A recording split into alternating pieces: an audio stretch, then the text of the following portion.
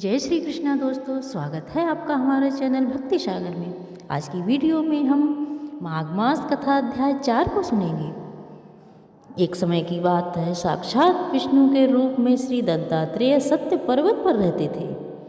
तब महिष्मती के राजा सहस्त्रार्जुन ने उनसे पूछा कि हे योगियों में श्रेष्ठ दत्तात्रेय जी, मैंने सब धर्म सुने, अब आप कृपा करके मुझे माघ मास का महात्म्य सुनाइए।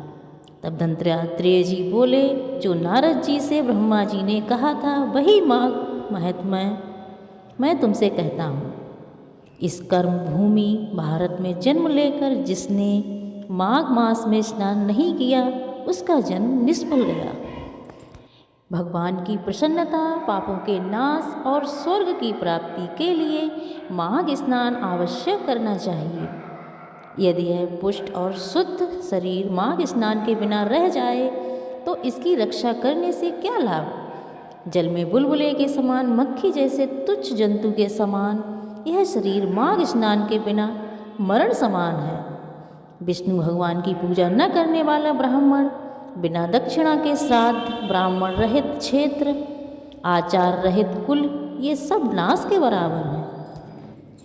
गर्व से धर्म का, क्रोध से तप का, गुरुजनों की सेवा न करने से स्त्री तथा ब्रह्मचारी बिना जल अग्नि से हवन और बिना साक्षी के मुक्ति का नाश हो जाता है। जीविका के लिए कहने वाली कथा, अपने ही लिए बनाए हुए भोजन की क्रिया, शूद्र से भिक्षा लेकर किया हुआ यज्ञ तथा कंजूस का धन, यह सब नाश के कारण है।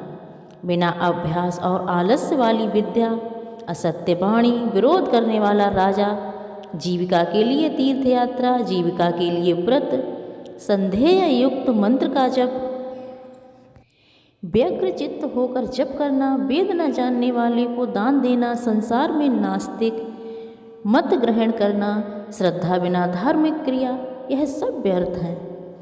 और जिस तरह दरिद्र का जीना व्यर्थ है, उसी तरह माघ स्नान के बिना मनुष्य का जीना भी व्यर्थ है।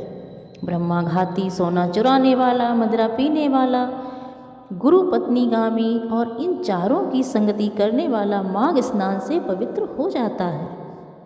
जल कहता है कि सूर्योदय से पहले जो मुझसे स्नान करता है, मैं उसके बड़े बड़े पापों को नष्ट कर देता हूँ। महापातक भी स्नान करने से भस्म हो जाते हैं। माघ मास के स्नान का जब समय आ जाता है तो सब पाप अपने नाश के भय से कांप जाते हैं। जैसे मेघों से मुक्त होकर चंद्रमा प्रकाश करता है, वैसे ही श्रेष्ठ मनुष्य माघ मास में स्नान करने से प्रकाशमान होते हैं। काया वाचा मनसा के लिए किए हुए छोटे या बड़े, नए या पुराने सभी पाप नष्ट हो जाते हैं। आलस्य के बिना जाने जो पाप किए हों वह भी नाश को प्राप्त होते हैं। जिस तरह जन्म जन्मांतर के अभ्यास से आध्यात्मिक ज्ञान की प्राप्ति होती है, उसी तरह जन्म जन्मांतर के अभ्यास से माघ स्नान करने से मनुष्य की रुचि होती है। और अपवित्रों को पवित्र करने वाला बड़ा तप और संसार रूपी कीचड़ को धोने की पवित्र वस्तु है।